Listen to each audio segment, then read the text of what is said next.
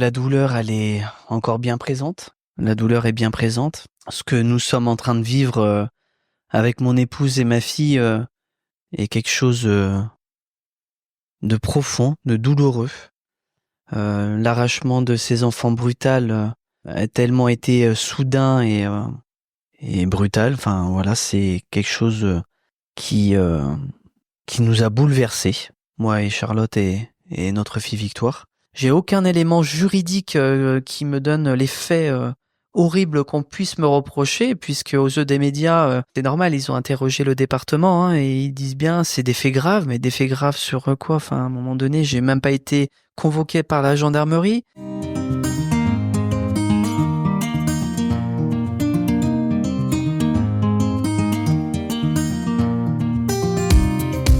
Bienvenue sur Aujourd'hui, écrivons demain, le podcast Feel Good qui met en lumière les acteurs du nouveau monde et vous redonne espoir. Comme vous, ils en ont marre de ce monde déshumanisé qui marche sur la tête et ne tourne plus rond. Rêvant d'un monde meilleur, ils bousculent les codes et sortent des sentiers battus. Ils proposent des alternatives innovantes, de nouveaux paradigmes ou remettent au goût du jour des savoirs ancestraux. Ils osent s'affranchir du regard des autres et font bouger les lignes pour construire demain.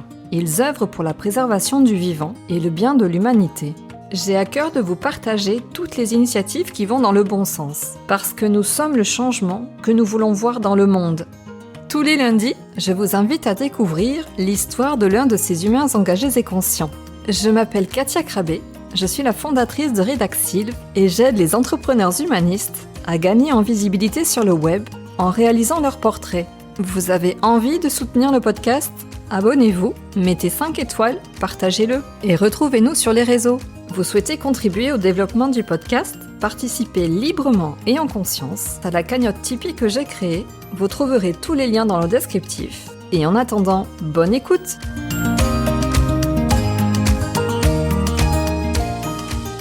Aujourd'hui, je suis très honorée de donner la parole à Michael. C'est une interview encore une fois particulière, une interview poignante d'une injustice indicible qui a fait basculer sa vie du tout au tout. Vous allez comprendre pourquoi je vous dis ça. Bonjour Michael. Bonjour Katia. Et bonjour Charlotte qui est donc à nos côtés également. Le 9 janvier 2025 restera une date marquée au fer rouge pour toi et tes proches. Il y a un avant et un après 9 janvier. Pour te présenter en quelques mots, tu partages ton quotidien avec Charlotte et Victoire, ton épouse et ta fille âgée de 12 ans, donc sur la côte basque. Tu es assistant familial, donc ce qui était anciennement appelé famille d'accueil, depuis l'obtention de ton agrément en 2021 et tu travailles pour l'ASE. Tu as accueilli 3 enfants qui vous ont été brutalement retirés par les services de la protection de l'enfance. Tu as su à 14h30 lors d'un entretien que tu ne reverrais pas les enfants, que tu avais déposés à l'école et à la crèche le matin même et que ce n'était pas toi qui irais les chercher en fin de journée sans aucune explication. Je connais ton épouse pour avoir fréquenté quelquefois son commerce et je ne sais comment ces stories me sont apparues sur mes réseaux sociaux. J'ai été immédiatement touchée par ce que vous vivez tellement vos posts témoignent de votre douleur et de l'amour que vous portez à ces enfants. Donc ces 6 derniers mois ont été particulièrement éprouvants. Comment est-ce que ça va aujourd'hui, vraiment ? Je pense que la douleur, elle est encore bien présente. La douleur est bien présente. Ce que nous sommes en train de vivre avec mon épouse et ma fille est quelque chose de profond, de douloureux. L'arrachement de ces enfants brutal a tellement été soudain et brutal. Enfin voilà, c'est quelque chose qui nous a bouleversés, moi et Charlotte et notre fille Victoire. Aujourd'hui, je vais vous raconter un peu mon histoire, mon début aussi depuis mon agrément en 2021 avec l'ASE. Alors peut-être, avant qu'on vienne justement à cet agrément que tu as eu en 2021, est-ce qu'on peut raconter qui tu es ? Est-ce que tu peux te présenter à nous et justement nous raconter qui tu es et comment tu es arrivé à devenir assistant familial ? Alors, je m'appelle Michael, je suis devenu assistant familial donc depuis 2021, mais c'est quelque chose qu'on avait tout à fait réfléchi avec mon épouse depuis un long moment.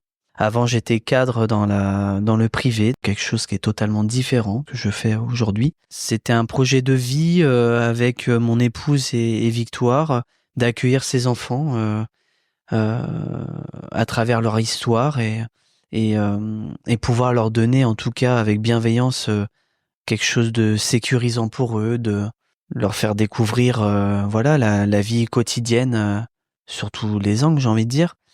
Et mon histoire personnelle aussi, familiale, fait que je suis pas devenu assistant familial forcément pour rien.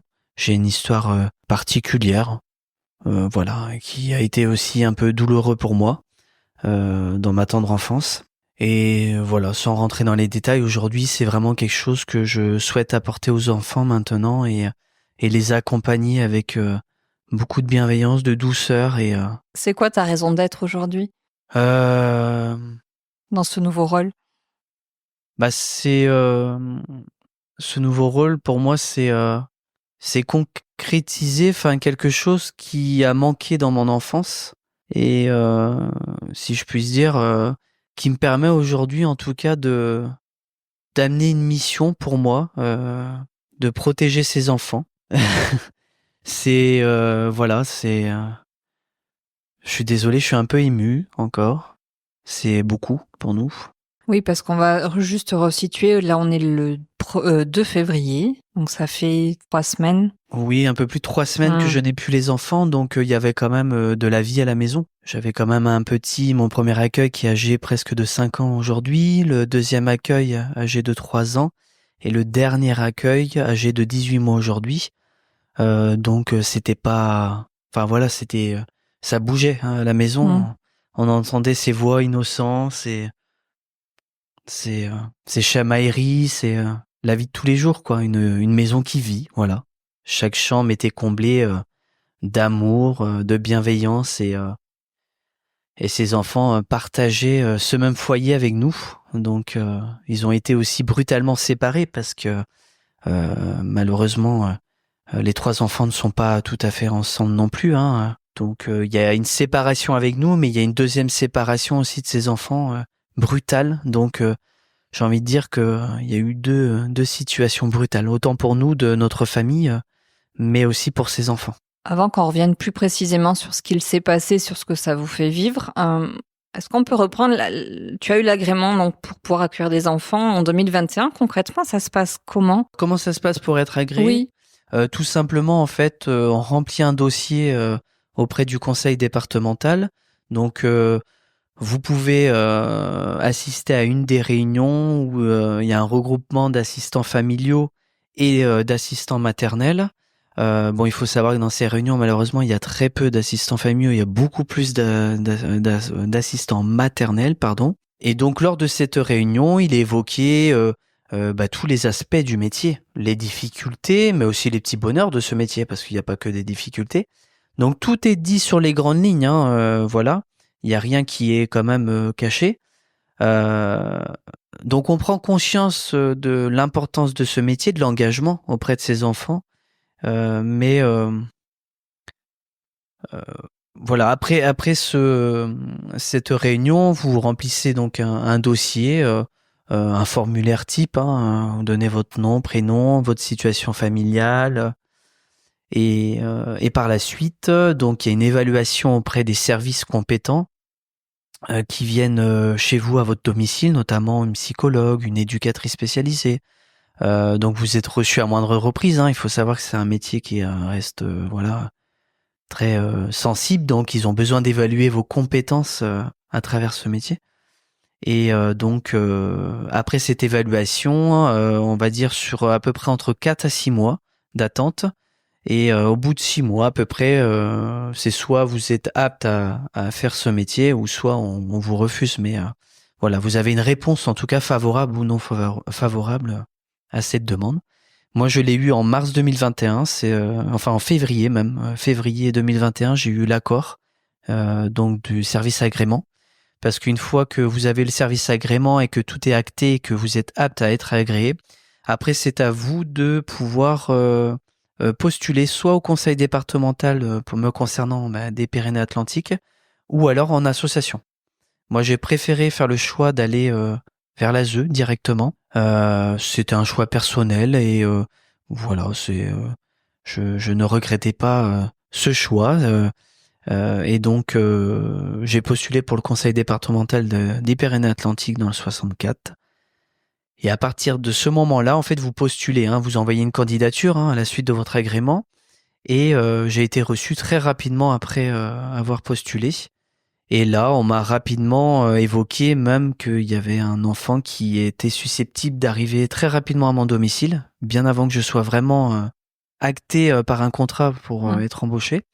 Donc j'ai pris l'importance encore plus de ce métier et l'urgence d'avoir des assistants familiaux comme nous, jeunes. Et donc à partir de ce moment-là, effectivement, j'ai été embauché et très rapidement, j'ai eu ce petit garçon qui à l'époque était âgé de 8 mois et demi.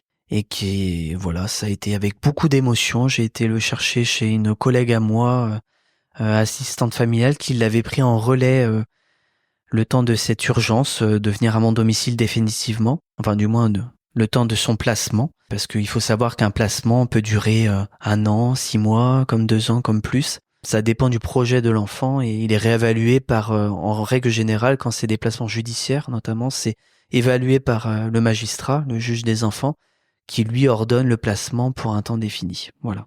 Est-ce que quand tu accueilles un enfant, tu sais déjà combien de temps tu vas l'accueillir ? Non, pas du tout. Pour la plupart du temps, voilà, c'est quand même des situations qui nécessitent quand même une prise en charge sur du long terme. Mais il s'avère que il y a aussi des belles choses qui se rencontrent. Il y a aussi des parents qui se remettent bien sur les rails et du coup, ces enfants peuvent retourner auprès de leurs parents. Donc, tu nous parlais du premier accueil que tu as eu. Donc, dès que tu as eu ton agrément et que tu as été donc employé par l'ASE, parce que tu es salarié de l'ASE, c'est ça ? C'est ça, tout à fait, par le conseil départemental qui est mon employeur, pardon. Et après, on a le service ASE, donc territoire dont je dépends, Saint-Jean-de-Luz. Et donc ça c'est l'équipe pluridisciplinaire avec qui je travaille, psychologue, responsable du territoire, les responsables éducatifs et surtout, important, les référents sociaux de chaque enfant qu'on peut avoir à notre domicile. Donc on travaille en toute collaboration et en étroite collaboration autour du projet de l'enfant et afin d'amener des axes de travail dynamiques, enfin en tout cas positif et par cette suite, quand ce petit m'a été donc placé à mon domicile à 8 mois et demi, quelques mois après son placement de ce petit garçon, j'ai eu une proposition d'une petite fille qui m'avait été présentée à l'époque, qui avait l'âge à peu près, enfin elle avait 5 ans et demi, sauf qu'il s'est avéré que, on m'avait dit à l'époque, les éléments qu'on m'avait donnés en tout cas étaient une petite fille très timide, qui était assez réservée, qui faisait pas de bruit, sauf que c'était tout autre chose parce que en fait quand on a un enfant on appelle une situation, quand une situation nous est présentée, l'enfant vient faire une journée d'adaptation chez vous pour voir si l'enfant s'adapte aussi à votre famille, mais aussi vous si vous vous adaptez à la situation de l'enfant et à l'histoire et si ça peut correspondre aussi à votre situation globale familiale, ce qui est important, c'est ce qui donne l'équilibre et qu'on puisse construire quelque chose autour de cet enfant, quelque chose d'assez positive. Et cet enfant, quand elle est arrivée, en fait, elle n'avait pas 5 ans et demi, elle avait l'âge de notre fille à l'époque, donc elle avait 7 ans. Et elle n'était absolument pas timide. C'était une petite fille qui est très vite rentrée dans toutes les pièces de notre domicile, qui envahissait, je dirais, un petit peu, alors c'est peut-être pas le mot, mais qui était...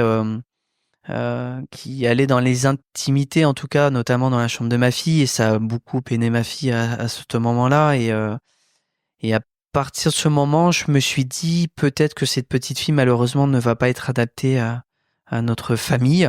Donc moi, j'ai très vite prévenu l'ASE par email pour être transparent et voilà, je ne voulais pas que on se débarrasse de la petite comme ça du jour au lendemain. Elle avait besoin d'une famille d'accueil, on était là actuellement, mais que pour le long terme, je ne voyais pas en tout cas de quelque chose de constructif. Et par ce biais-là, le référent à l'époque m'avait répondu que j'avais raison, puisque si mon choix était de ne pas garder cet enfant, au moins ça permettait, si vous voulez, de pas d'avoir d'anomalie, en tout cas dans le suivi de cet enfant. Mais c'était tout autre chose avec la psychologue du service dont je dépends, le territoire, puisque cette dernière, par contre, à l'époque, m'avait dit que j'exagérais énormément sur la situation et qu'il fallait que je prenne un peu plus de recul que de prendre une décision très vive comme ça, voilà, en disant non, je ne veux plus l'enfant. Alors qu'il faut savoir qu'on avait quand même une journée d'adaptation et ça porte bien son nom. Cette journée d'adaptation permet d'évaluer les capacités qu'on a, autant pour l'enfant que pour nous. Et j'avais expliqué à ce moment-là à cette dernière que ma fille, elle avait beaucoup touché, que ça pouvait pas être possible. Et cette même personne me dit, je pourrais, si vous voulez, passer une journée avec votre fille pour évaluer avec votre fille le ressenti qu'elle a sur cet engagement de cette petite fille. Et passer une autre journée avec vous pour être avec la petite fille que vous deviez accueillir et puis pour voir ensemble comment on peut travailler avec cette petite fille. Sauf qu'il s'est avéré que moi j'ai dit stop, là ça va au-delà de mes compétences, vous rentrez dans une intimité profonde là. Parler à ma fille qui avait l'âge de 7 ans à l'époque. J'avais été très clair sur mon agrément puisqu'avant d'être agréé, quand on est agréé justement, on donne aussi ce qu'on veut, ce qu'on ne veut pas. Hein. Donc on est assez transparent aussi, hein, et l'agrément écrit tout hein, à notre égard. Et j'avais stipulé que je ne voulais pas d'enfants. Alors c'est pas du tout dénigratoire, mais c'était on voulait pas d'enfants du même sexe que notre fille, pardon, et surtout du même âge. Voilà, donc on avait été très clair. Une fois que j'ai été embauché au département du 64, mon employeur, j'avais été très clair aussi sur ce même sujet. Donc ça avait été assez explicite. Et comment est-ce que ça a été reçu, le fait que tu poses ces critères-là? Ça a été pleinement validé, ça a été compris, c'était normal? Ça Alors, fait partie de la procédure que des familles posent des critères Oui, Oui. mais il faut savoir qu'on a quand même un agrément. Quand on est agréé de 0 à 21 ans. Donc effectivement, on est censé avoir un enfant de 0 à 21 ans, mais il y a quand même des critères de façon aussi à harmoniser notre propre famille, puisque là, je pense qu'il y avait une justification du fait du même sexe et du même âge pouvait confronter ma fille, notamment, c'est quand même, on n'a qu'une enfant unique, on n'a pas d'autres enfants. Donc ça pouvait aussi mettre à mal notre propre fille. Et c'était pas l'objectif, parce que aider les autres, oui, mais pas mettre en péril non plus sa propre famille à travers l'objectif d'aider les autres, quoi. Donc non, je pense que ça a été bien perçu parce que justement après quand j'ai été reçu par le département qui est mon employeur, donc on appelait l'inspecteur qui était à l'époque ma supérieure hiérarchique. Aujourd'hui on appelle ça les cadres en charge de la protection de l'enfance. Et cette dernière m'avait reçu par un courrier formel, donc au sein du département, pour évoquer avec moi cette rupture de contrat, hein, voilà, pour cet enfant, que je ne souhaitais pas continuer. Et dès lors où elle m'a reçu, les premières minutes, elle avait été très claire en me disant qu'elle avait tout à fait compris puisqu'elle s'était renseignée auprès de mon agrément, mais aussi par rapport à mon embauche. Et elle me dit, tout est stipulé, monsieur. Vous avez très clairement stipulé que vous ne vouliez pas d'enfant de l'âge de votre fille. Donc elle me dit, j'ai pas grand-chose à vous dire, à part, voilà, vous aviez raison. Donc ça m'a fait plaisir. En plus, à cette époque, elle m'avait dit, ça me fait plaisir de vous rencontrer, car on a beaucoup d'échos à votre égard et très positif. Car depuis que vous êtes embauché au sein de notre groupe du conseil départemental et que vous êtes agréé, voilà, vous avez été pas sollicité, mais comme une personne hyper avec beaucoup de culture, de beaucoup d'âme et ça m'avait fait plaisir à l'époque quand elle m'a dit ça parce que je connaissais pas du coup ma supérieure à cette époque, j'avais pas été embauché par cette dernière et donc voilà, ça s'était arrêté à ça après l'accueil de la petite fille. Qu'est-ce qu'il en était ensuite parce que vous avez pu accueillir 2 autres enfants? Oui. Comment ça s'est enchaîné? Alors quelques mois après, j'ai envie de dire 6 mois après l'accueil que j'avais refusé la petite fille, j'ai une autre petite fille qui nous a été proposée. Cette petite fille à l'époque âgée de 4 mois et demi. Donc quand on m'a proposé cet enfant, j'ai tout de suite immédiatement appelé mon épouse pour voir si le projet de l'enfant pouvait intégrer notre famille. Puisque il faut savoir que quand l'ASE vous appelle, on est quand même dans le métier, il y a quand même de l'urgence. Donc on n'a pas le temps de trop réfléchir en fait sur la situation, bien qu'il est important quand même de prendre une certaine réflexion.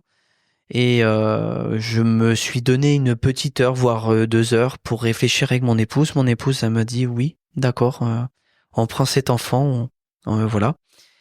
Elle est arrivée à notre domicile, donc elle était âgée de 4 mois et demi et franchement, sans regret, c'était magique. Même si on se posait à ce moment-là beaucoup de questions parce que c'était une petite fille à l'époque qui pleurait beaucoup, beaucoup, mais dû à son histoire, ce qui est normal. Et voilà, cette question-là s'est posée juste à la minute où elle est arrivée à notre domicile, quoi. Mais après, elle a intégré très vite notre famille. On l'a intégré au petit garçon, le premier accueil que j'avais, qui était à l'époque âgé de plus d'1 an, largement.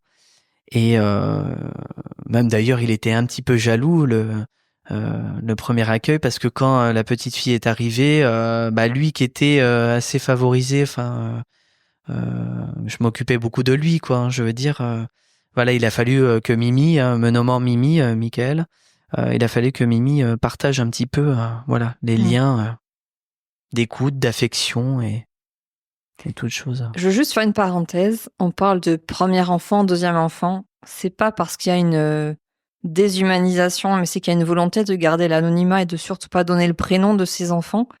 Donc c'est plutôt des précautions que tu prends en les nommant premier enfant et deuxième enfant et pas en les dénigrant ou en les chosifiant. Voilà, juste faire une petite parenthèse. Oui, il est important pour moi puisque on est quand même dans le secret professionnel. Oui. On est quand même, on a des formations, on nous forme sur de longs mois justement sur ça. Actuellement, j'étais en formation d'ailleurs sur 18 mois pour passer le diplôme DEAF, donc c'est le diplôme d'État qui est reconnu d'assistant familial. Et effectivement, pour moi, il est important parce que même si aujourd'hui j'ai envie de médiatiser l'affaire par tout ce que je suis en train de vivre, il est important pour moi de conserver l'anonymat de ces enfants, puisque à travers cette histoire, ils sont pour rien. Et j'ai toujours pris l'habitude, même quand je parle aussi avec des professionnels, et qu'on puisse échanger avec notamment des formateurs, par exemple, qu'on a assez souvent. Je parle toujours comme ça, je dis premier accueil, deuxième accueil et dernier accueil. Ouais, je prends précaution et ça c'est important pour moi, rien que déjà pour le respect des familles de ces enfants et pour moi-même dans ma profession. Et préciser, on a passé beaucoup de temps à préparer ensemble l'interview, d'abord en visio. À aucun moment, tu ne m'as donné le prénom. Tu as su garder cette même ligne de conduite malgré les émotions à certains moments. Mais vraiment, c'est une conduite que ligne de conduite que tu gardes. Ouais. Donc, oui, c'est important pour moi. C'est très important pour eux, pour nous. Et ça fait partie de la bienveillance aussi, j'ai envie de dire, en fait, très clairement. Ça fait partie. Et donc, tu as eu donc ce deuxième enfant, ce deuxième accueil, et il y en a eu un troisième. Oui. Qui a suivi encore quelques mois après. Là, ça va être... Pardon, ça va être très difficile parce qu'effectivement, ce troisième accueil, je suis émotionné, désolé. Je l'ai eu à 4 jours. Donc, j'ai été le chercher à la maternité. Et ce petit garçon m'a très vite adopté. Alors, c'est un mot assez fort, c'est adopté. Je suis la famille d'accueil, je ne replace en aucun cas la parentalité. Et je leur laisse tout à fait la place. Mais voilà, il a adopté en tout cas que je suis là en tant que famille d'accueil. Et à partir de ce jour-là, la première connexion que j'ai eue avec ce petit garçon a été grandiose. Bien que les deux autres grands aussi, mais ils étaient âgés déjà un peu plus. Là, c'est un enfant qui venait de naître, il avait 4 jours à peine. Voilà, il était si fragile, c'était un enfant très très fragile, sans rentrer dans les détails, mais il avait besoin de beaucoup de soins. Et donc, il avait besoin que Mimi, me nommant Mimi, il avait besoin qu'il arrive grandement auprès de son chevet. Et c'est ce que j'ai fait. J'ai d'ailleurs très vite pris ma position. Enfin, en tant que professionnel, j'ai pas hésité une seule seconde en fait quand cet accueil m'a été proposé. La réflexion a été très très vite prise et j'ai très vite intégré la néonatologie, là où il était. Et ça a été un moment magique pour moi parce que j'ai passé quelques semaines à l'hôpital avec lui parce qu'il ne pouvait pas sortir malheureusement tout de suite. Donc j'ai dû l'accompagner chaque jour. Donc j'étais sans management, entre les accueils qui étaient à l'école, à la crèche et courir jusqu'à la néonate, plus ma fille parce qu'il faut pas que j'oublie ma fille aussi et mon épouse. Donc j'étais vraiment mais c'est quelque chose qui me plaisait parce que j'aime cette dynamique et voilà, je me sentais pas dépassé en tout cas par les événements et encore moins de me dire c'est un enfant de 4 jours, ça va être trop Michael. Bien au contraire, c'était mûrement réfléchi déjà en famille. mûrement réfléchi auprès de l'équipe pluridisciplinaire dont ce que j'avais évoqué, que je pourrais avoir même un enfant de 0 jours sans aucun souci. Et ça a été évalué d'ailleurs, puisqu'il m'a été proposé. Donc quand j'ai accompagné cet enfant, qu'il est arrivé à mon domicile, donc il était âgé de largement un peu plus de 15 jours, et il a intégré notre famille, donc notre premier accueil, il a fait connaissance, notre deuxième accueil, la petite fille, notre fille Victoire, mon épouse Charlotte, et mon petit cocker, Patchy, voilà, qui se nomme Patchy, notre cher et tendre petit chien. Je m'en rappelle encore parce que quand il a intégré notre maison, tout de suite je l'ai fait visiter la maison. J'ai pas attendu une seule seconde pour lui faire visiter toutes les chambres, le salon séjour, le jardin, vraiment tout l'environnement, pour lui dire voilà, ici tu es dans ta famille d'accueil, c'est un accueil chaleureux qu'on souhaite te faire et ici ça va être ta maison, le temps que tous puissent se mettre correctement pour toi en tout cas, et tout le temps qu'on devra t'accompagner, ici ça sera ta maison. Et même après, j'ai envie de dire, même après, ces enfants-là, c'est aussi leur maison. Ils ont leur maison avec leurs parents parce que c'est leur histoire, c'est leurs racines, c'est voilà. Mais ils ont une deuxième maison, en tant que famille d'accueil, accompagnant. Et donc très vite, j'ai été à ses soins. On a très vite pris nos repères parce que forcément, ça bouscule. Quand vous avez un troisième accueil, donc au total 4 enfants, forcément, ça demande une sacrée organisation. Mais je n'avais pas peur de cette organisation, mais ça demande un certain temps, en tout cas, pour bien organiser tout cela.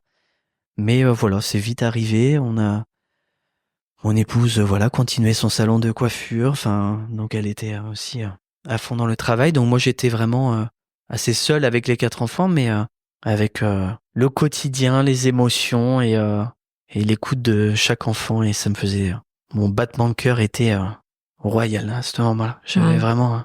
on était très heureux, en tout cas. Les jours, les semaines, les mois ont passé, même les années depuis que vous avez accueilli ces 3 enfants. Et arrive le 9 janvier 2025, tsunami dans votre vie. Qu'est-ce qui s'est passé le 9 janvier ? Déjà, si on revient un tout petit peu avant le 9 janvier, il faut savoir que j'ai vécu énormément de choses au sein de l'équipe, du territoire dont je dépends. Non pas le département qui est mon employeur, loin de là, bien au contraire, mais bien souligné avec le territoire, donc l'équipe pluridisciplinaire. J'ai envie de vous dire, c'est parti depuis le début de mon agrément. Donc il y a eu cette petite fille, comme j'ai évoqué en début, auquel on avait refusé de continuer en tout cas. Donc j'avais été convoqué à l'époque. Enfin voilà, ça avait été vite réglé, comme je l'ai expliqué. Après, il y a eu un référent donc pour le premier accueil, avec qui c'était assez compliqué dans les demandes, toujours dans l'intérêt de l'enfant, il faut le savoir, c'est pas mes demandes à moi, c'est vraiment des demandes qui sont faites, et ce toujours dans le projet de l'enfant, donc ça peut être des pièces d'identité, mais ça peut être toutes sortes de choses comme du suivi médical, mais voilà. Et cette dernière avait du mal à répondre en tout cas aux besoins de ce que je voulais évoquer pour cet enfant. Et quand il m'a été proposé le deuxième accueil, donc la petite fille âgée de 4 mois et demi et qu'on avait accepté et qui est restée depuis ce jour à notre domicile, là j'ai eu un autre référent social avec qui c'était vraiment le jour et la nuit. C'est-à-dire que cette personne, il y avait de la bienveillance, de l'écoute, et d'ailleurs ça l'est toujours encore aujourd'hui, je tiens à le préciser. Ça fait 4 ans et demi du coup que je travaille avec cette personne. Et bien sûr, nous avons nos propres réflexions. On peut être d'accord, pas d'accord, mais c'est constructif. Et ça, c'est le plus important pour moi. C'est pas le fait de dire on est d'accord, pas d'accord. Bien sûr, ça, c'est du débat et tant mieux. Mais voilà, il y avait de la bienveillance. Toutes les demandes que je faisais étaient très réactives pour cet enfant, donc la petite fille. Mais par contre, le premier accueil, tout était laissé à l'abandon à chaque fois. Jusqu'au jour où je suis arrivé à un moment donné à écrire à la responsable de l'équipe pluridisciplinaire dont je dépends le territoire pour expliquer à cette dernière que je rencontrais des difficultés avec le référent social, donc je lui nomme par email. Elle me répond à l'époque très explicitement, donc on est en 2022, il faut le savoir, 1 an après mon agrément. Et là, elle me dit, écoutez monsieur, cette personne est à temps partiel et a les compétences nécessaires pour s'occuper de cet enfant. Donc moi, à partir de ce moment-là où ça avait été assez explicite et assez clair, je suis resté dessus et je n'ai pas bataillé plus. J'ai laissé le temps se faire. Et c'est quand j'ai eu en 2022, donc cette même année, le changement, du moins un autre référent pour la petite fille. Là, j'ai vu toute la différence. Et du coup, là, je me suis demandé comment on va pouvoir travailler sur le long terme. Et à partir du moment où j'avais fait une demande d'une journée que je voulais m'accorder auprès de ma famille, donc c'est-à-dire juste uniquement ma fille et mon épouse, j'avais demandé au référent de la petite que j'accueille de organiser des relais pour que je puisse avoir cette journée. Cette dernière, elle avait fait ça très réactivement. Elle avait tout mis en place. Sauf que le référent du premier accueil était toujours au même point de la non-réponse. Enfin, j'avais aucune réponse de retour alors que je lui ai envoyé des SMS. Donc moi, ce que j'ai fait, c'est qu'à l'époque, le responsable éducatif qui était en place, en tout cas, parce qu'il n'est plus là-bas, je lui avais demandé s'il pouvait voir avec cette même personne, ce référent, puisque j'avais fait des demandes. Il m'a dit qu'il allait voir avec elle et qu'il reviendrait vers moi. Il est revenu effectivement vers moi et là, il me dit... Michael, en fait, cette dernière n'est pas au courant d'aucune de demande de votre part. Donc, j'ai fait des captures d'écran pour transmettre ma bonne foi. Et bon, il a vu que, voilà, effectivement, j'avais eu des échanges, sauf que j'avais pas de retour de cette personne. Et là, ça a mis, j'ai envie de dire, l'allumette un petit peu à ce qui se passait auparavant et ce que j'avais pu souligner à cette responsable de l'équipe pluridisciplinaire de Saint-Jean-de-Luz dont je dépends. Et là, je me suis dit, bon, comme ça n'a pas fonctionné avec cette dernière, c'est-à-dire la responsable, je vais aller plus haut, je vais aller vers ma direction pour être un petit peu entendu quand même. Et donc, j'ai fait un courrier de 2-3 pages et j'ai expliqué les faits avec cette dernière depuis mon début d'embauche, ce que j'avais avec elle, de récurrent quand même, et d'assez important et j'ai envie de dire de presque grave aussi, puisque ça portait atteinte aussi au respect de l'enfant, à son intégrité, à son suivi, enfin. Donc j'ai fait état de tout ça et ma direction a été très réactive, m'a répondu favorablement pour me recevoir. J'ai été reçu, alors pour faire court, mais j'ai été reçu à moindre reprise. Après j'ai été reçu aussi également par la chef en question qui m'avait répondu explicitement, mais qui voilà, s'était pas plus intéressé à mon sujet plus que ça à cette époque. Jusqu'à en arriver à un moment donné où finalement la responsable de l'équipe pluridisciplinaire a été contrainte, voilà ce qu'elle m'a dit à l'époque, donc là on est en 2023, presque fin 2023 je pense. Et là elle m'annonce que effectivement, regarde des éléments, mais on a été contraint, voilà on vous change de référent pour le premier accueil que vous accueillez depuis le début de votre agrément. Et donc là c'était le jour et la nuit. La personne qui l'a remplacé, pareil, de très bonnes relations avec cette dernière, jusqu'à même aujourd'hui. Et bien sûr, il y avait des sujets où on se comprenait pas, mais il y avait beaucoup de respect. Cette personne qui est référente du premier accueil avait beaucoup de respect aussi dans mes demandes. Elle était très réactive. Et du coup, je me disais, ça y est, on avance quoi. Et ce toujours dans le même objectif, c'est de l'intérêt de l'enfant. Et donc à partir de ce moment-là, moi j'ai continué mon travail, à formaliser par écrit beaucoup, parce que c'est important. Nous, en tant qu'assistants familial, on est obligé aussi de formaliser par écrit le travail qu'on mène avec ses enfants. Et donc j'ai continué et jusqu'au jour où j'ai eu donc une demande de ma part de fait pour partir en congé avec un des enfants, parce que sur mes 3 accueils, on souhaitait partir avec le plus grand, et les 2 autres accueils, on souhaitait qu'ils puissent faire du relais. Donc j'avais été reçu à mon domicile par le responsable éducatif qui m'avait dit, écoutez, ce que vous avez souligné pour faire un relais de parrainage, c'est assez intéressant, donc je vais vous voir pour discuter de cela. Donc effectivement, on a discuté de ça, du projet des enfants, toutes sortes de choses. Et à partir de ce moment-là, il a interrogé, comme il me l'avait dit, notre psychologue de notre service, qu'il faut savoir qu'il m'a agréé, puisque c'est comme ça que ça fonctionnait. Alors que le département, maintenant, ils ont un service agrément, un psychologue spécifique pour faire les agréments. Mais à l'époque, voilà, c'est elle qui m'agréait et c'est devenu aussi ma collègue. Et donc... elle lui en a parlé de ses congés et elle lui a dit que non, au regard des éléments, c'était trop lourd pour l'enfant, pour le petit dernier notamment, que il fasse du relais avec une autre assistante familiale et du relais avec un contrat de parrainage avec notre famille. Donc j'avais pas tout à fait compris, mais j'entendais aussi leurs réflexions puisque on est aussi une équipe. Donc je peux donner mon mot, mais c'est voilà, chacun a le droit à sa réflexion. Donc c'était une réflexion qui était plus ou moins légitime dans l'intérêt de l'enfant, mais bien que cet intérêt, enfin de cet enfant avait été pris en compte, mais l'intérêt du premier accueil n'avait pas été pris puisque j'avais demandé un départ en congé avec cet enfant. Donc ça compromettait totalement notre départ en congé puisque Mimi ne pouvait pas partir en congé en sachant que le relais en parrainage ne pouvait pas se faire. Et donc le responsable éducatif à l'époque m'avait répondu qu'il n'était au courant malheureusement d'aucune demande de départ en congé avec cet enfant. Donc là, ça m'a rappelé beaucoup de souvenirs très douloureux avec une référente. Je me suis dit, mais c'est pas possible, on m'écoute quand on a envie de m'écouter. J'écris pourtant, donc c'est quand même tracé noir sur blanc. Alors il m'a mis le doute parce que je me suis dit, bon, c'est vrai que dans mon travail, je suis assez carré, mais peut-être aussi un peu trop. Et du coup, voilà, je me suis peut-être pas rendu compte que j'ai peut-être pas formalisé par écrit cette demande.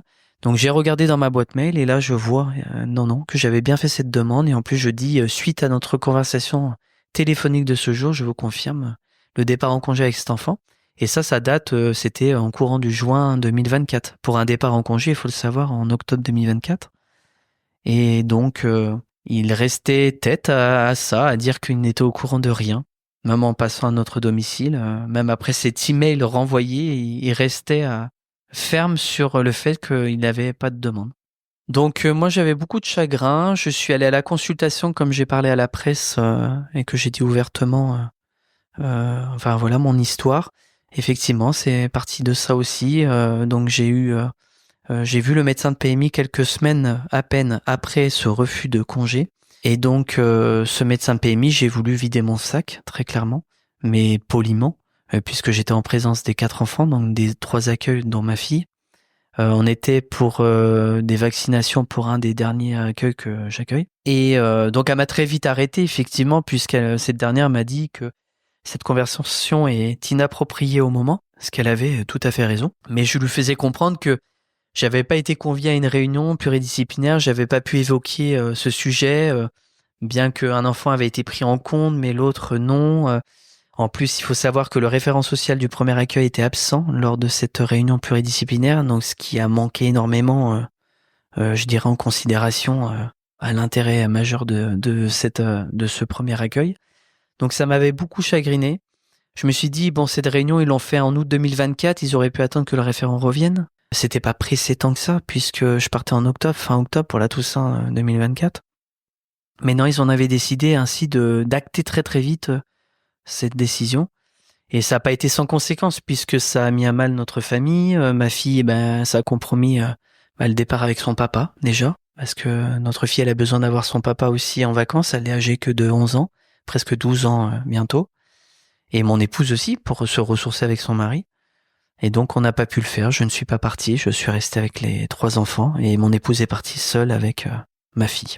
Et donc, quand j'ai eu cette intercation avec ce médecin de PMI, il y a eu beaucoup d'émotions. Je suis rentré à mon domicile en présence des 4 enfants très rapidement puisqu'elle ne voulait plus vacciner l'enfant suite de la conversation. Donc, j'ai très vite pris les devants pour me protéger aussi, normal, en tant que professionnel. Donc j'ai fait un email à ma direction et en copie à cette dernière, c'est-à-dire le médecin de PMI que j'avais eu souci, en disant que j'allais prendre rendez-vous avec mon médecin de famille pour faire vacciner l'enfant, pour tenir mon engagement en tant que professionnel, et que malgré cette position que j'avais eue, en tout cas de conversation inappropriée, je voulais aussi rester dans mon cadre professionnel et de bienveillance auprès de cet enfant et qui était important de faire vacciner. Et à partir de ce moment-là, je suis rentré à mon domicile et là, j'allais pas bien. Je voyais bien que j'avais besoin de prendre un certain temps de recul. Et donc, je suis rentré à mon domicile et je me suis arrêté. J'ai demandé au responsable éducatif d'organiser sereinement des relais pour ces enfants. Bien que je les avais prévenus autour d'une table, je me suis assis avec eux pour leur expliquer, me nommant Mimi, qu'il avait besoin de se reposer un petit peu la tête et voilà, à leur juste hauteur, de l'âge qu'ils ont, j'allais pas raconter autre chose. Ils ont pris les enfants, je me suis arrêté Juste pour recontextualiser, on est en août, En septembre août, le 26 août, 2024. très exactement, le 26 août 2024. Et donc là, je m'arrête effectivement jusqu'au 9 septembre inclus. Bon, vous imaginez que la nuit du 26 août au 27, je n'ai pas dormi, absolument pas. Je me réveille, j'ai un email de ma direction me disant si mon arrêt avait été bien envoyé et si ça avait été fait très bien. Donc j'ai profité de cet email de ma direction pour leur envoyer un mail en leur disant que j'allais réduire mon arrêt, puisque je trouvais ça trop dur de me séparer autant de temps des enfants, mais que j'avais besoin juste de prendre un certain temps de recul pour réfléchir à toute la situation qui s'était passée. Et donc, à partir de ce moment-là, j'ai ma direction qui a très clairement dit « Je vais informer le territoire comme quoi vous réduisez votre arrêt ». Donc, je me suis permis d'appeler mon territoire et j'ai évoqué comment je pouvais récupérer les enfants, donc au responsable éducatif qui, à l'époque, me dit qu'il ne sait pas. Donc, j'ai raccroché et j'ai rappelé la responsable de l'équipe pluridisciplinaire, d'où je dépends. Et elle m'a expliqué non, les enfants sont en famille d'accueil relais jusqu'au 9 et resteront jusqu'à nouvel ordre, enfin du moins jusqu'au 9. Donc j'ai tout à fait compris cette réflexion puisque c'était quelque chose qui était aussi réfléchi et compréhensible.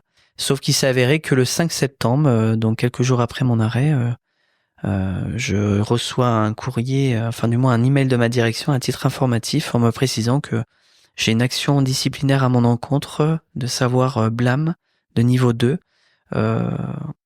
suite à mes manquements à mes obligations professionnelles suite à la consultation du 26 août 2024 avec le médecin de PMI. Donc je tombe dénu de ça parce que je me dis mais c'est quelque chose qui a été préparé alors, c'est pas possible. Enfin, Parce que c'est une sanction qui est grave. oui, parce que manquement à mes obligations professionnelles, non. Une conversation inappropriée, oui. Un avertissement, oui, ça pouvait le valoir, bien sûr, puisque effectivement j'avais manqué, en tout cas, à cette conversation. Voilà, ça, on n'avait pas poursuivi, en tout cas, l'objectif de ce qu'on devait faire à l'initial, c'est-à-dire vacciner l'enfant. Mais j'avais quand même pris précaution, moi, de prendre, j'en ai les preuves, mais d'engager mon médecin de famille pour faire ces vaccins. Et de ce fait, j'ai reçu donc ce courrier, j'avais le droit à une consultation de mon dossier.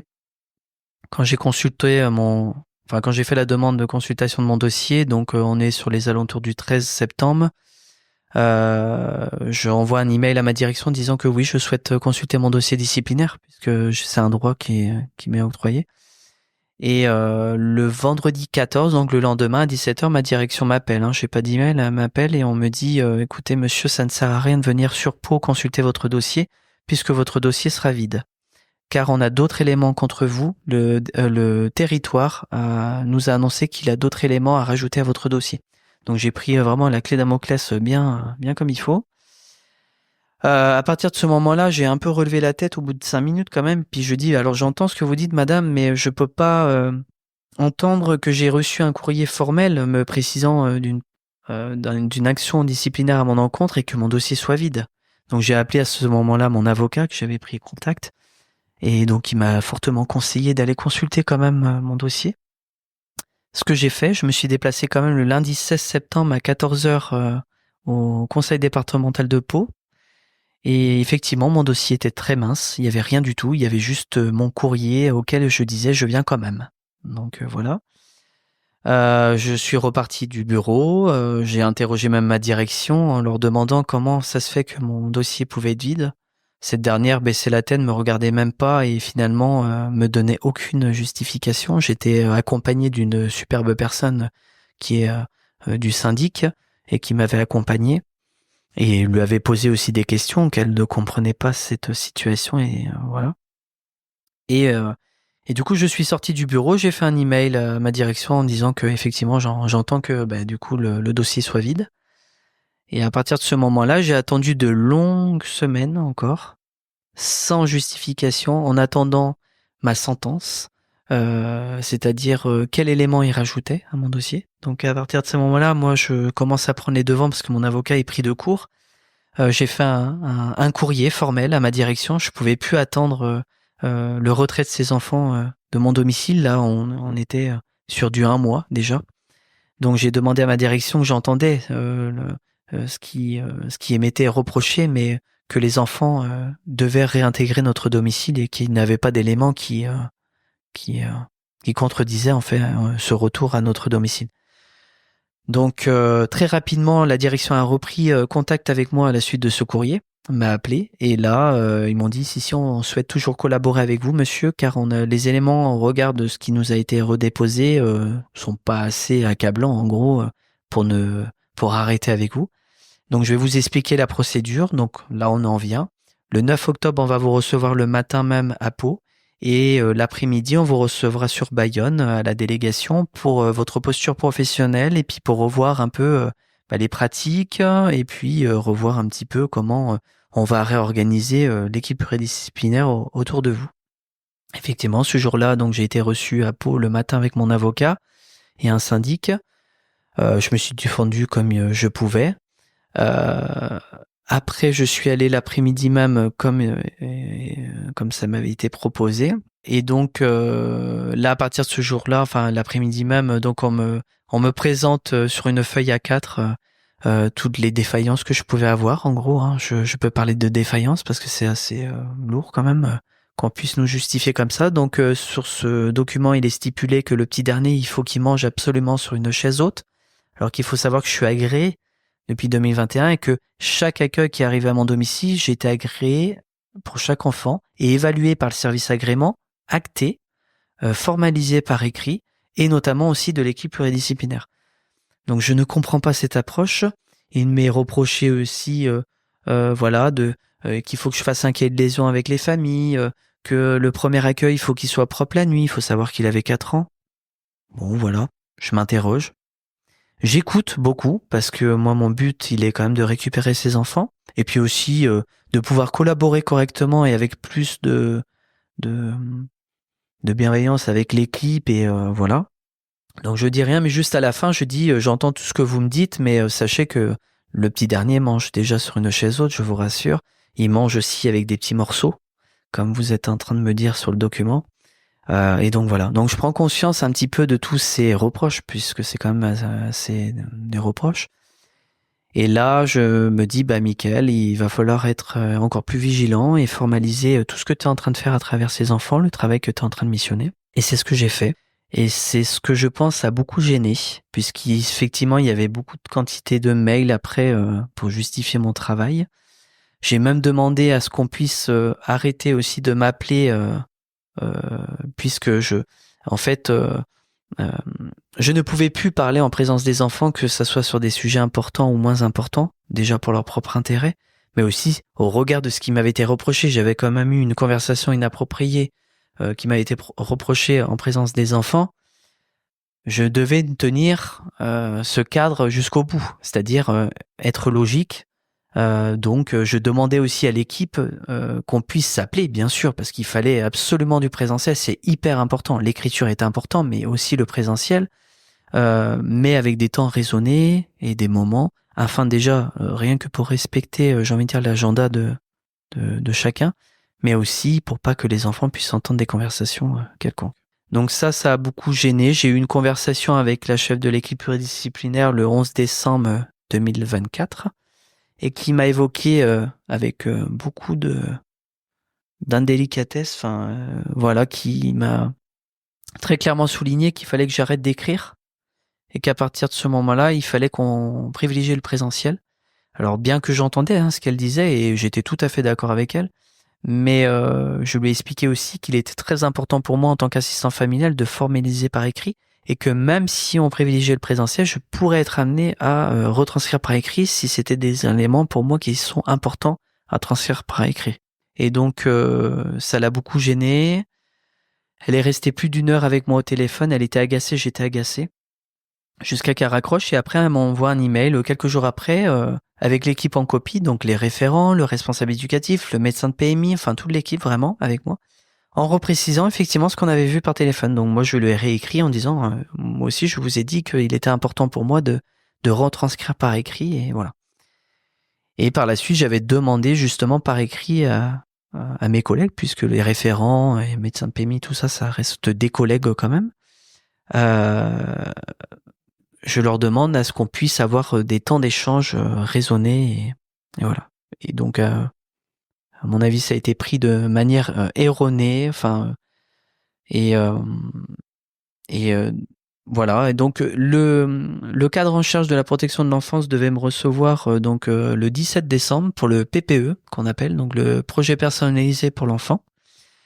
J'avais jamais eu d'entretien à cet égard. Il faut savoir que c'est depuis 2007 qu'on demande des PPE. En 2014, c'est ressorti.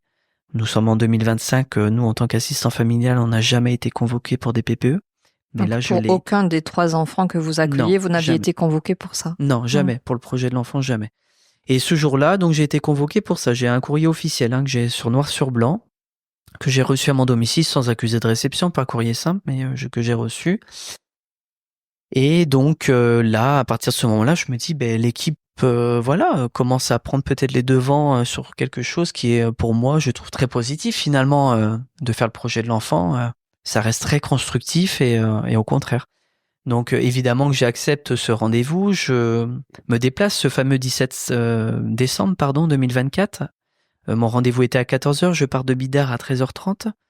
Et là, une cadre en charge de la protection de l'enfance de Bayonne m'appelle et me dit « Monsieur, je suis désolé, mais la cadre en charge de la protection de l'enfance qui devait vous recevoir est subitement en arrêt de travail. » Je dis « D'accord. » On m'appelle une demi-heure avant, donc effectivement, j'avais bien engagé la route avec mon véhicule. J'ai pas compris, mais bon, en même temps, je me dis c'est des choses de la vie qui peuvent arriver aussi. Donc je suis rentré, mais en même temps, je lui ai quand même posé des questions. Je lui ai dit, mais du coup, pour être reçu, elle me dit, je pense que je vous recevrai, mais regarde des éléments, j'ai besoin aussi de connaître la teneur du dossier. D'accord. Je comprenais pas tout, mais je dis d'accord, ok, j'entends. Et donc, elle me dit, je reviendrai vers vous très rapidement. Donc, effectivement, elle est revenue vers moi très rapidement. Je lui ai demandé d'ailleurs de pouvoir m'envoyer un courrier ou un email très rapidement, c'est-à-dire pour avoir un peu de respect aussi, puisque la première fois, il faut savoir que j'ai eu le rendez-vous par courrier 2 jours avant, même pas, la veille, je crois, avant mon réel entretien. Donc j'ai dû me réorganiser, j'ai dû supprimer tous mes rendez-vous personnels et professionnels. Et donc elle me dit oui, je prendrai en compte. Donc à partir de ce moment-là, elle m'a envoyé un email disant qu'elle reviendrait vers moi dans les brefs délais.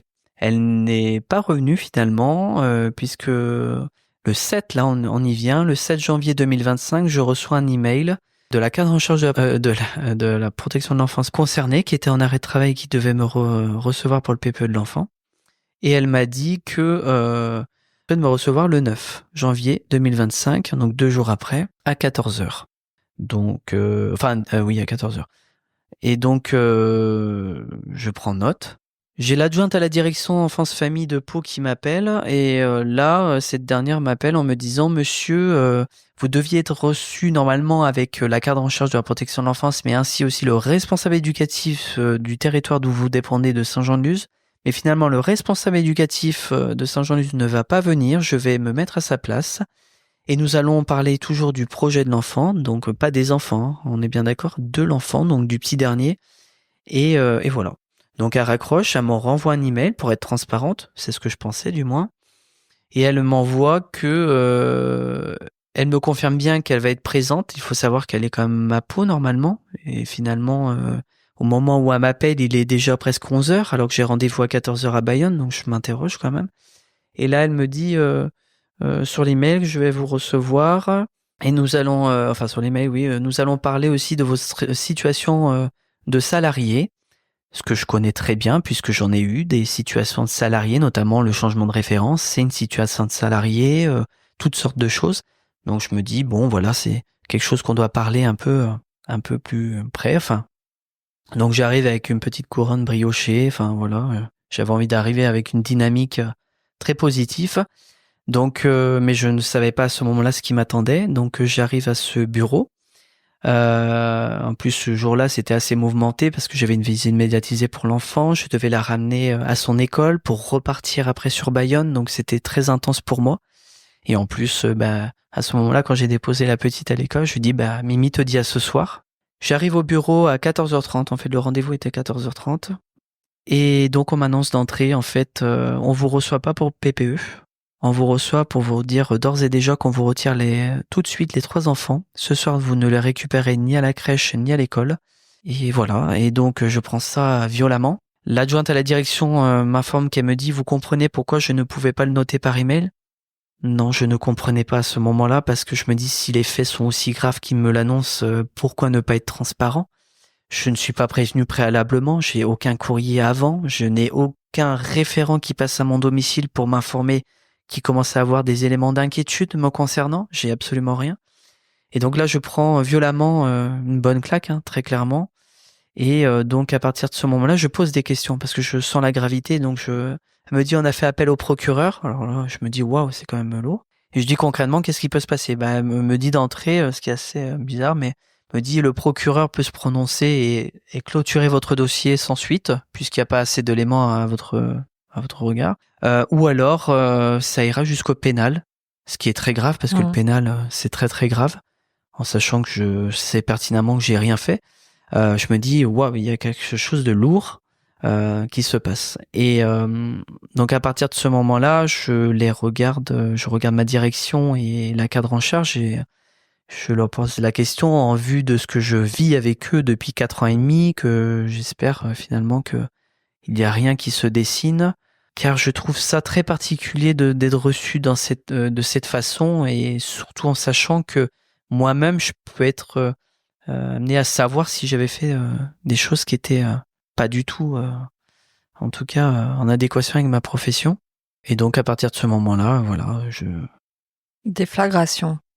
Ouais, complètement. Parce qu'il a fallu que j'annonce à ma fille que j'allais chercher à l'école ce soir même au collège. Ça a été violent. Ma fille, en plus, m'avait dit à ce moment-là, j'étais au téléphone, je ne sais plus avec qui, mais elle est rentrée dans la voiture, elle a vite compris, puisqu'on avait vécu 3 mois en arrière cette rupture brutale aussi des enfants pendant 1 mois et demi. Donc elle a compris qu'on avait encore perdu les enfants et à partir de ce moment-là, je raccroche et ma fille me dit mais papa, j'avais fait tous mes devoirs et j'avais envie de jouer au Playmobil avec donc le premier accueil. J'ai dit cette fois-ci ça ne va pas être possible malheureusement. Donc ça a été très dur. Après je suis allé au salon de coiffure de mon épouse, j'ai pas eu besoin de lui parler, elle a vu ma tête, je pleurais énormément. Et là ça a été douloureux, ça a été l'escalade. Le service m'avait demandé de déposer les affaires. Quand ils m'ont reçu, en fait, donc c'était assez brutal et violent. Ils me demandent de, moi, aller déposer au territoire 4 ans et demi de vie de ces enfants.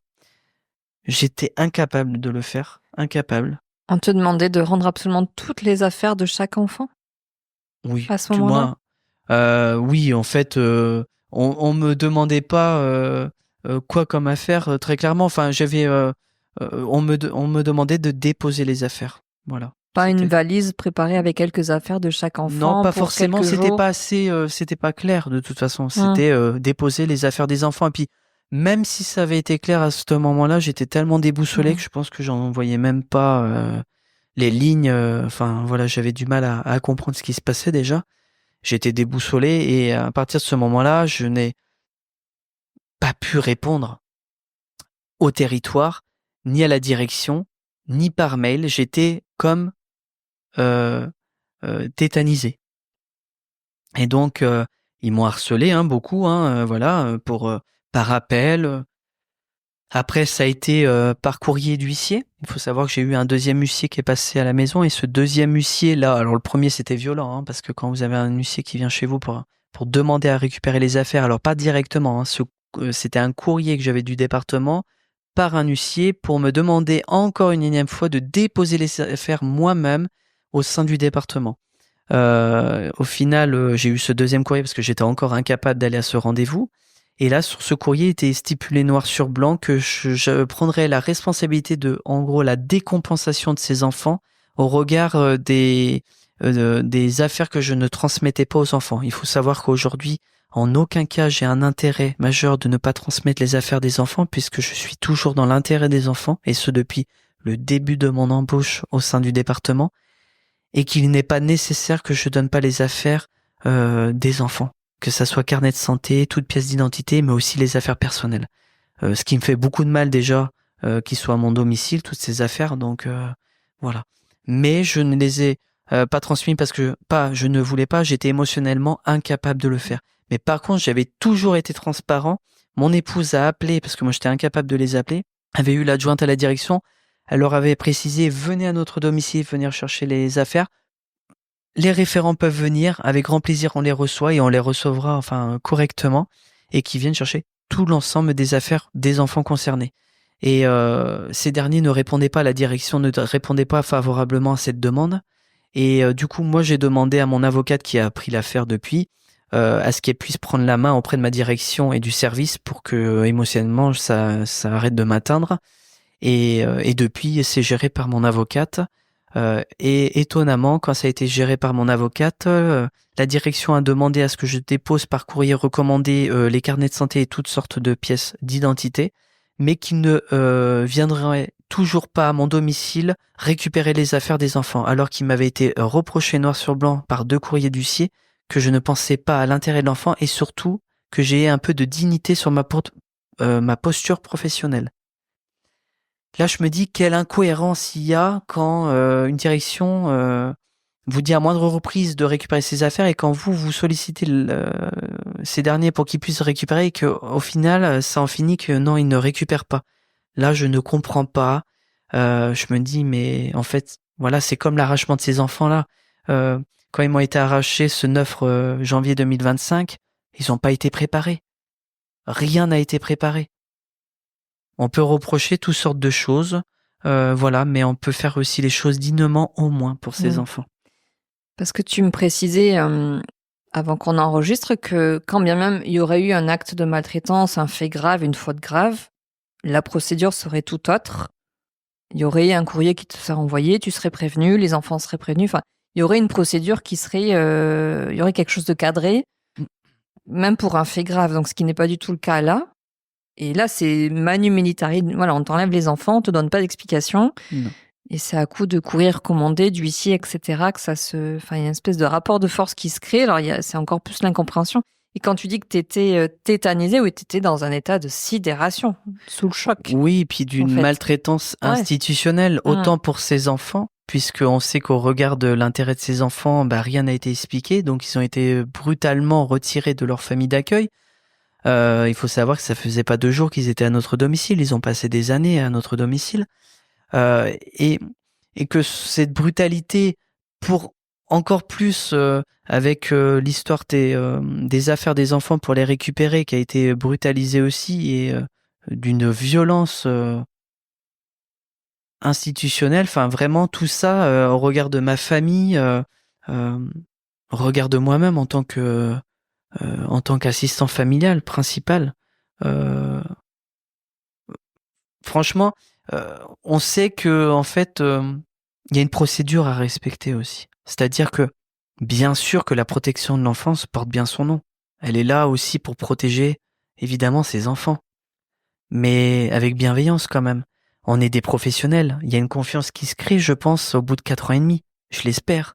Quand on vous engage et qu'on vous donne 3 agréments à peine au bout de 4 ans et demi et que vous accueillez sans prétention et sans jugement, mais 3 petits en bas âge, ce qui n'est pas sans tout repos, mais qui est totalement justifié, enfin par moi-même en tout cas, voilà, je suis humble dans ces choix, il n'y a aucun souci, mais pour moi c'est waouh quoi.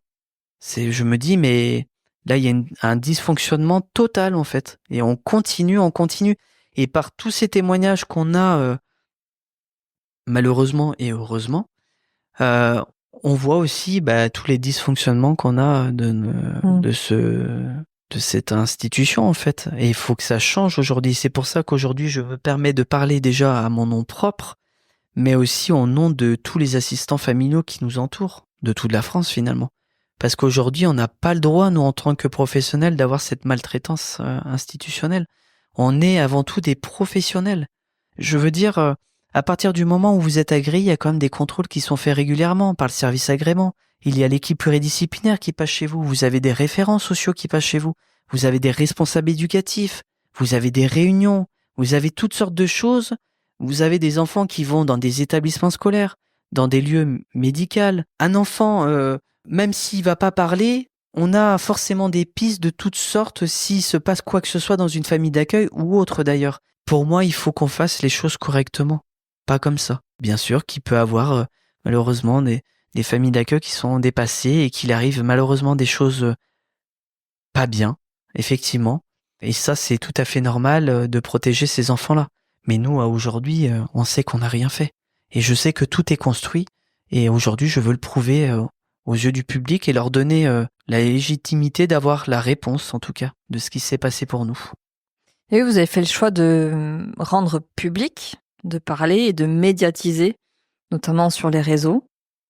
Pour quelles raisons? Justement pour que les lignes puissent bouger, pour revoir les modes de fonctionnement, pour que cette maltraitance s'arrête, pourquoi en fait? J'ai envie de dire pour 3 choses. Déjà pour notre propre dignité familiale, puisque nous savons que nous sommes innocents, en tout cas dans cette affaire.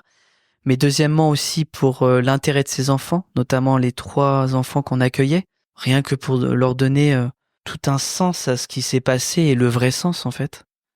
Mais aussi, j'en perds mes mots du coup, mais Non, les raisons pour lesquelles vous avez eu envie de médiatiser ce qui vous arrive. faire entendre au public en fait ce qu'on subit de cette maltraitance institutionnelle très clairement, et surtout aussi pouvoir, si vous voulez, recueillir les gens qui sont dans le silence pour enfin parler. Et oui, parce que vous avez reçu un nombre incalculable Incroyable. de témoignages des 4 coins de la France d'assistants familiaux qui vivent des situations similaires aux vôtres. Un petit peu le porte-parole. Libérer Oui, libérer la parole. Alors peut-être qu'il y a quelque chose qui vous dépasse quand vous avez décidé de rendre public. Peut-être vous imaginiez pas l'ampleur que ça allait prendre, parce que j'ai vu des retours sur les réseaux, c'est remonté jusqu'à Mélissa Thoriot. Voilà, il y a d'autres figures dans la personnalité publique aussi qui ont eu vent de ce qui vous arrive et qui ont repartagé. Ça fait du bien parce qu'en fait, on se dit petit qu'on soit aujourd'hui, on essaye faire entendre une voix qui est une vérité, la vraie vérité en tout cas, au nom de notre profession. Et on a des gens, des personnes quand même assez influentes, comme le président de la République. Vous lui avez écrit? Je lui ai écrit très rapidement, quelques semaines à peine. Il m'a rendu un retour. Il a été assez explicite dans son courrier quand même, et voilà, ça a été mis au regard des gardes des Sceaux de la justice, du préfet des Pyrénées-Atlantiques, donc ce qui n'est pas rien quand même. Et si je veux bouger, c'est pas faire bouger les codes, mais c'est faire bouger les choses, c'est qu'à un moment donné, on veut clamer notre innocence haut et fort au public déjà, mais aussi clamer toute cette institution et cette maltraitance qu'on subit au quotidien et que c'est plus possible. On est déjà aujourd'hui en manque d'assistants familiaux, on n'arrive pas à recruter, on fait des fascicules de recrutement, on vous donne du rêve pour certaines choses, mais ils savent aussi donner la réalité. La réalité, ils ne nous la cachent pas et on nous le dit assez souvent, on nous le dit lors d'une réunion, mais il y a aussi tous les aspects cachés de cette profession, c'est-à-dire la considération qu'on a vraiment pour nous en fait, la confiance qu'on peut avoir en nous. On est quand même les acteurs clés majeurs, bien que toute l'équipe pluridisciplinaire est autant importante que l'assistant familial, évidemment, puisque c'est au regard du projet de l'enfant. Mais nous, on est le premier acteur quotidien de l'enfant et on connaît toutes les lignes sur l'enfant et les différentes réactions. Et voilà, même si effectivement on peut avoir un regard différent, bien sûr, chacun a son angle de vision, mais je pense que le débat doit être constructif et positif en fait. Et là, le débat, il est souvent constructif et positif, mais au sein de l'équipe pluridisciplinaire, par contre, quand l'assistant familial s'engage à être auprès de cette équipe, là, tout de suite, il y a défaillance, quoi, il y a dysfonctionnement. C'est-à-dire, à plusieurs reprises, j'ai même proposé à ma direction, et qui m'a à moindre reprise m'a repris, m'a dit, monsieur, vous n'avez pas à être à des réunions autres que les réunions chaque année quand il y a le magistrat qui s'y annonce. C'est pas entendable en fait ça, c'est pas entendable. Bien sûr qu'il y a des réunions d'échange entre équipes pluridisciplinaires, notamment entre équipes médicales. On n'a pas forcément à y être à l'instant T, on peut s'y ajouter à une autre réunion différente. Mais pour moi, si, on doit être quotidiennement pas mis à l'écart, justement, on doit être mis en avant dans le projet de l'enfant, de toutes sortes. C'est tous ces dysfonctionnements aujourd'hui que j'ai envie de soulever et faire changer. Je pense que je suis pas un des premiers à avoir témoigné. Je pense qu'il y a aussi des personnes qui ont fait, qui étaient dans des familles d'accueil. On a quand même l'ICF qui milite énormément. C'était un enfant placé. Il sait de quoi il parle. Il a sa propre histoire. Il sait ce qu'il a vécu.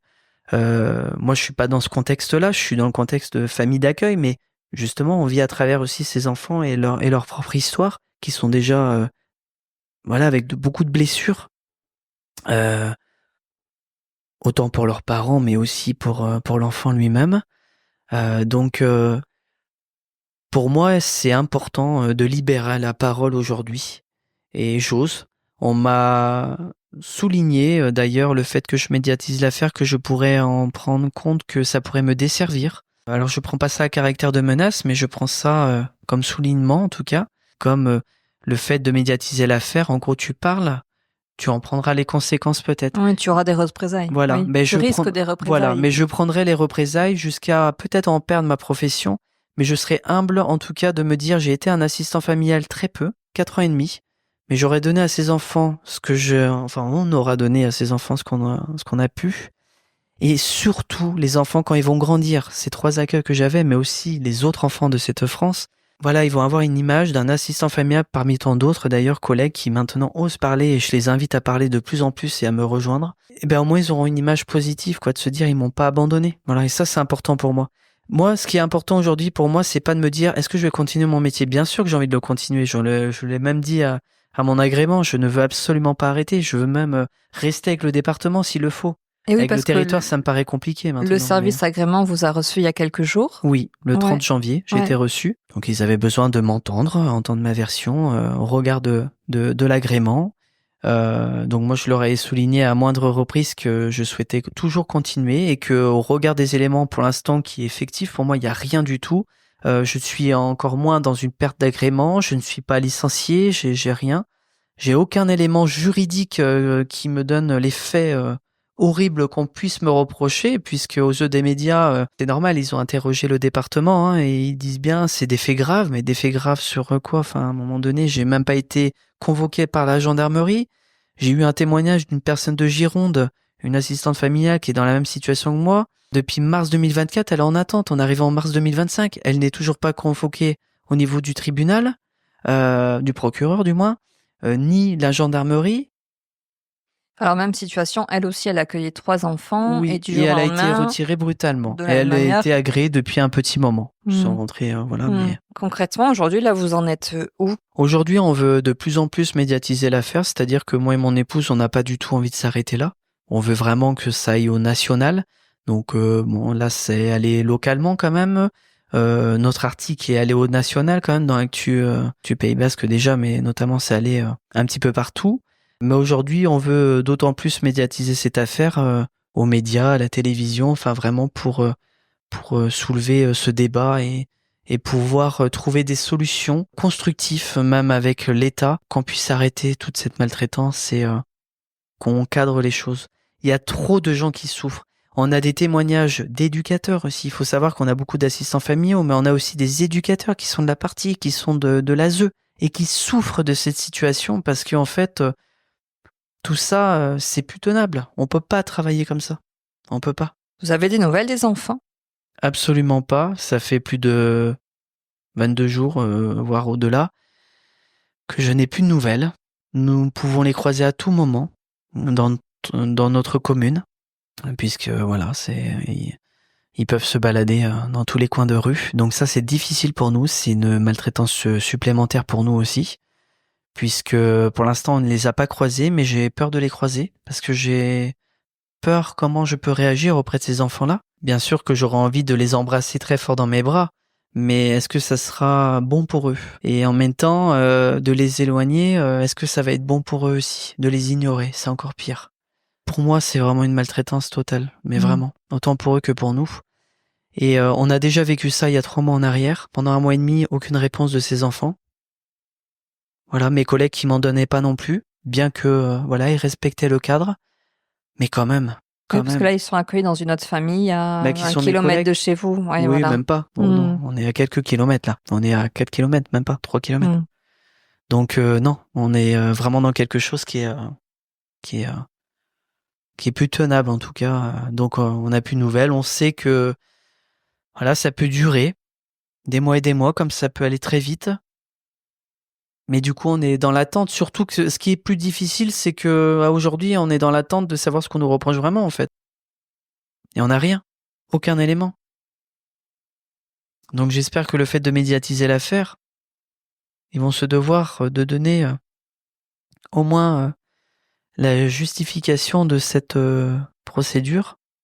Et pourquoi on en est arrivé là? Quelles répercussions ça a eu dans votre vie? Parce que tu m'avais mentionné, pour donner un exemple, parce qu'on n'imagine même pas les dommages collatéraux que ça peut avoir, que ta fille, par exemple, qui était super bonne élève, chute des résultats scolaires. Enfin, on n'imagine pas effectivement toutes les conséquences que ça a. Notre fille, elle a chuté considérablement au niveau scolaire, au niveau de ses notes, depuis ces quelques jours, depuis ces quelques semaines. Malgré notre douleur et notre souffrance à moi et mon épouse, on a repris les devants pour notre enfant. Et ça, c'est toujours pareil, on pense aussi à l'intérêt de notre propre enfant. On est quand même avant tout parents, avant d'être professionnels. Et donc on se doit de veiller auprès de notre enfant et à sa sécurité et à notre bienveillance envers elle. Et donc on lui a parlé, moi en tant que papa, j'ai parlé à ma fille et voilà, je lui ai dit tout ce qu'on est en train de vivre actuellement, tout ce qui est difficile et tout ce que notre famille est en train de subir.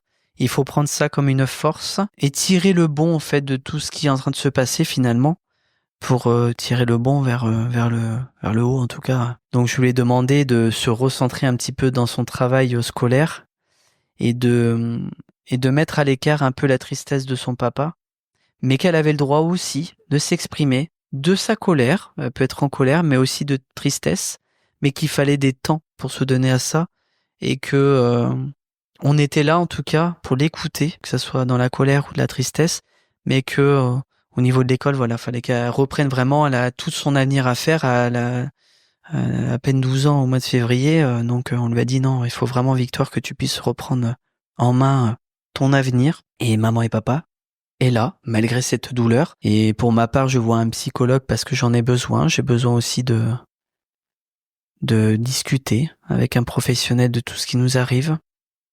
Je m'aère la tête un petit peu en faisant un peu de sport pour évacuer. Je fais un peu de boxe, de la piscine, pour pouvoir aussi me donner la bonne énergie pour ce combat, pas sans conséquences. Charlotte, tu auras envie de nous dire un mot? Non, non, non. Mais tu as été présente et attentive à tout ce que ton mari nous a partagé, soutenant. Ah oui, tu l'as pas quitté des yeux tout le long. Comment est-ce qu'on peut vous soutenir d'une manière ou d'une autre?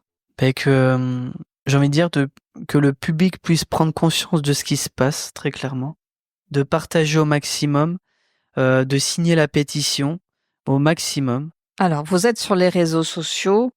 Peut-être pour préciser, comment est-ce qu'on peut aussi communiquer avec vous ou vous trouver? Comment on fait pour se connecter à vous? Via le site de mon épouse, je pense. Elle a quand même pas mal de personnes qui parlent via son site. Elle a Alors, quand commencé. tu dis site, Alors le site de son salon de la plage. Le site ou le réseau social? Le réseau social. Le réseau social. Ouais, voilà. Et on mettra donc le lien. Et après, à travers la pétition aussi, forcément, qu'on a mis et que Actu Pays Basque a d'ailleurs republié. Donc c'est une pétition qui réclame quoi? Justice en gros de ce qu'on est en train de vivre actuellement, mais surtout aussi de notre histoire évidemment, puisque je viens raconter mon histoire à travers cette pétition, mais c'est surtout aussi pour donner la parole à d'autres assistants familiaux, mais pas que, à d'autres personnes qui sont sensibles de la protection de l'enfance et qui ont envie de donner leur voix à ce qui se passe. Et ça va être important parce que plus on va se multiplier à être nombreux, plus on saura se faire entendre aussi. Et ça peut plus continuer comme ça, donc il faut... Est-ce qu'il y a une question que je ne t'ai pas posée que tu aurais aimé que je te pose, Mickaël? Non, je sais pas... Non. Non? Non. Est-ce qu'il y a quelque chose, toi, que tu aurais aimé dire que tu n'as pas eu l'occasion de partager encore? Ou un message que tu voudrais transmettre? Le message que... je sais pas, que je pourrais transmettre, c'est... au nom de ces enfants, voilà, j'irai jusqu'au bout. J'irai jusqu'au bout pour eux. Quoi qu'il en coûte? Quoi qu'il en coûte, ouais. Comme me dirait notre cher président. Quoi qu'il en coûte. On sent votre détermination. Alors je dis on sent votre parce que vous êtes tous les deux. Charlotte, tu es présente. Voilà, tu as laissé Mickaël prendre la parole, mais pour vous lire sur les réseaux et voir les messages que vous partagez et les actions que vous avez engagées, on se rend compte que vous n'avez pas peur et que vous êtes dans une énergie d'amour qui vous porte et on voit bien comment ça touche les gens et comment les gens se mobilisent autour de vous. Et c'est peut-être ça aussi qui participe à vous faire tenir debout parce que c'est une sacrée tempête que vous traversez. Ouais, c'est vraiment voilà, l'amour qui nous porte, ça c'est une évidence. Et heureusement qu'il y a ça. Oui, parce que c'est une épreuve qui pourrait fragiliser votre Bah, famille. Malheureusement, ça fragilise beaucoup de nombre d'assistants familiaux quand ils vivent ça. Beaucoup de gens se séparent, sont limite hospitalisés. Enfin, on est sur des choses très très lourdes. Il y a des chaos familiales, des déchirements familiaux qui sont sans conséquence. Enfin, et euh, et voilà. Et aujourd'hui, c'est vraiment, c'est même pas une bataille. Moi, je dirais, c'est une conviction d'aller jusqu'au bout des choses pour se faire vraiment entendre, en fait. T'es droit dans tes bottes. Oui. On se l'est dit plein de fois en visio Ouais. l'autre fois. Mais oui, parce que ça l'est. J'ai pas fait ce métier-là pour faire des bêtises. J'ai fait ce métier-là avec beaucoup d'amour, de passion, et puis conscience. Oui, de conscience de ce qu'on fait. S'occuper des enfants des autres, c'est quelque chose quand même. Je veux dire, voilà, on se doit d'autant plus, encore plus de respect. Ils ont quand même leurs propres parents, leur histoire. On se doit de veiller à respecter leur histoire, leur identité. Malgré tout ce qui se peut se passer à travers leurs parents, on se doit d'avoir le respect, en tout cas, de leur histoire. Et pour moi, c'est important parce que même si j'ai vécu, étant petit, des choses qui font qu'aujourd'hui je suis assistant familial, ça reste quand même ma famille, mes racines, des choses que j'aimais beaucoup dans ma famille et des gens que j'aimais énormément, notamment ma grand-mère paternelle, qui est toujours vivante. Et voilà, c'est tout. Merci Michael. Merci pour Katia. Ce partage en toute authenticité Avoir et échangé avec vérité. Merci infiniment. Tu es d'une aide précieuse. Quand je t'ai proposé de participer, je t'ai moi-même posé la question, est-ce que ça peut être soutenant, délétère ou est-ce que ça peut vous servir? Parce que prise aussi un peu dans le coup de l'émotion et de l'affect, spontanément, j'ai proposé de participer au podcast en me disant là, j'ai envie de leur offrir un espace de parole parce que je suis très touchée de ce qui leur arrive et voilà, ça vient titiller ma blessure d'injustice. Et voilà, l'idée, c'était d'offrir un temps de parole pour prendre le temps de dérouler tout ce qui s'est passé et que ça puisse circuler aussi au plus grand nombre. Donc, Bah oui. Non, aujourd'hui, je suis même pas dans un aspect que ça peut nous desservir. Mais parce que je t'es pense pas dans la peur. absolument pas à ça, puisque c'est la vérité ce qu'on racontait et tout lors de ce podcast. Enfin, je veux dire, c'est vraiment ma parole et une seule vérité. Il n'y a votre réalité. aucun mensonge, il n'y a aucune chose qui est dessinée. C'est vraiment une vérité, c'est tout. Mais les gens qui l'entendront sauront que c'est une vérité et d'autres qui sont peut-être, ils s'en poseront la question. Mais en tout cas, ouais, non, c'est une vérité. Je pense qu'on peut pas rester insensible à ce que vous vivez ces derniers mois, en tout cas. Oui, parce que ces derniers mois, ça a été sur 6 mois, on va dire que de rupture, plus les années en arrière avec des changements de référents, enfin plein de choses, des rencontres à multiples avec la direction, avec le territoire, sans cesse à se justifier en vous accablant que vous n'êtes pas professionnel parfois, enfin voilà, que vous manquez de tact dans vos écritures, tout ça. Bien sûr que nous sommes pas parfaits. Le tout pour moi, c'est que je me dis, c'est au moins de savoir se remettre en question. Et ça a été le cas, puisqu'au début, effectivement, j'étais peut-être un petit peu directive dû à ma profession que j'avais avant. Et après, on apprend aussi les rouages d'une institution qu'on fait partie, et puis on commence à comprendre les codes. Et on s'adapte. Et ça, pour moi, c'est une forme d'intelligence. Mais c'est pas le cas pour tout le monde, malheureusement. Et c'est pour ça qu'on vient à ça, en fait. C'est ça le problème. Parce que vous savez, je suis revenu de la partie, même au bout d'1 mois et demi d'absence des enfants, je suis revenu pour les enfants. Mais pas que. C'est aussi pour une équipe qui les suit. Si je viens que pour les enfants et qu'avec l'équipe, je sens plus rien, quelle est la construction positive de ce métier et de la longitude, en tout cas, de ma carrière avec eux? Donc pour moi, je me disais, maintenant, t'as compris comment ça fonctionnait, il y a des choses, tu vas toujours dire ce que tu penses, parce que c'est aussi ça, c'est toi, et faire changer certaines choses à ta juste hauteur, mais pour moi, c'est important de faire bousculer les choses. Je sais que ça gêne beaucoup les Français, faire bousculer les choses, mais c'est important. On a nos grands-parents, arrière-grands-parents, ils se sont battus pour notre France, pendant ces guerres qui sont à multiples et qui continuent à des cycles et des cycles. Tout ça, on doit être reconnaissant pour ces personnes-là qui se sont battues pour nous. Alors pourquoi on devrait baisser les armes aujourd'hui, en fait? Non. Ça tombe bien, c'est un peu aussi la ligne édito de mon podcast, d'interviewer ce que j'appelle moi les acteurs du nouveau monde, ceux qui font bouger les lignes, ceux qui vont pas forcément dans le sens de la masse, entre guillemets, parce que oui, à un moment donné, il y a des dysfonctionnements et on ose prendre la parole pour les dénoncer, qu'on est aussi force de proposition, parce que c'est pas le tout de critiquer, de dénoncer. Donc ça me paraissait moins logique, en tout cas, de vous faire de la place sur mon podcast pour témoigner de tout ça. Ouais, j'ai envie de dire, comme notre cher président, le changement, c'est maintenant, quoi. En fait, très clairement, c'est, comme vous dites bien, c'est pas une critique, ce n'est pas, c'est soulever les dysfonctionnements. Il y a des choses qui fonctionnent, mais il y a beaucoup de choses qui dysfonctionnent. Et donc, c'est important qu'on puisse les changer. Et ça, toujours pour nos enfants de demain. Merci Mickaël, merci Charlotte. Merci Katia, à toi. Merci infiniment. On laissera donc les liens de vos réseaux et de la pétition. Donc, dans la description, la pétition, on peut la signer jusqu'à quand ? Pendant un moment, je pense. Oui, il n'y a pas de date butoir. Non, il n'y a pas de date, oui. Elle augmente de jour en jour, et je voudrais qu'elle augmente de plus en plus. Ce qui donnera de la légitimité à notre combat et de l'importance surtout. Donc j'espère que les gens nous écouteront.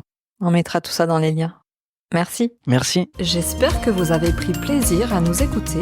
Si vous avez aimé cet épisode, mettez 5 étoiles et un commentaire sur votre plateforme d'écoute préférée. Vous aiderez le podcast à gagner en visibilité. Si vous souhaitez continuer à découvrir les histoires de ces acteurs du nouveau monde, abonnez-vous. Et si vous voulez connaître les coulisses, rejoignez-nous sur les réseaux. Tous les liens sont dans le descriptif. Merci d'avoir pris le temps de passer ce moment avec nous. Je vous dis à très vite pour un nouveau témoignage d'une belle âme.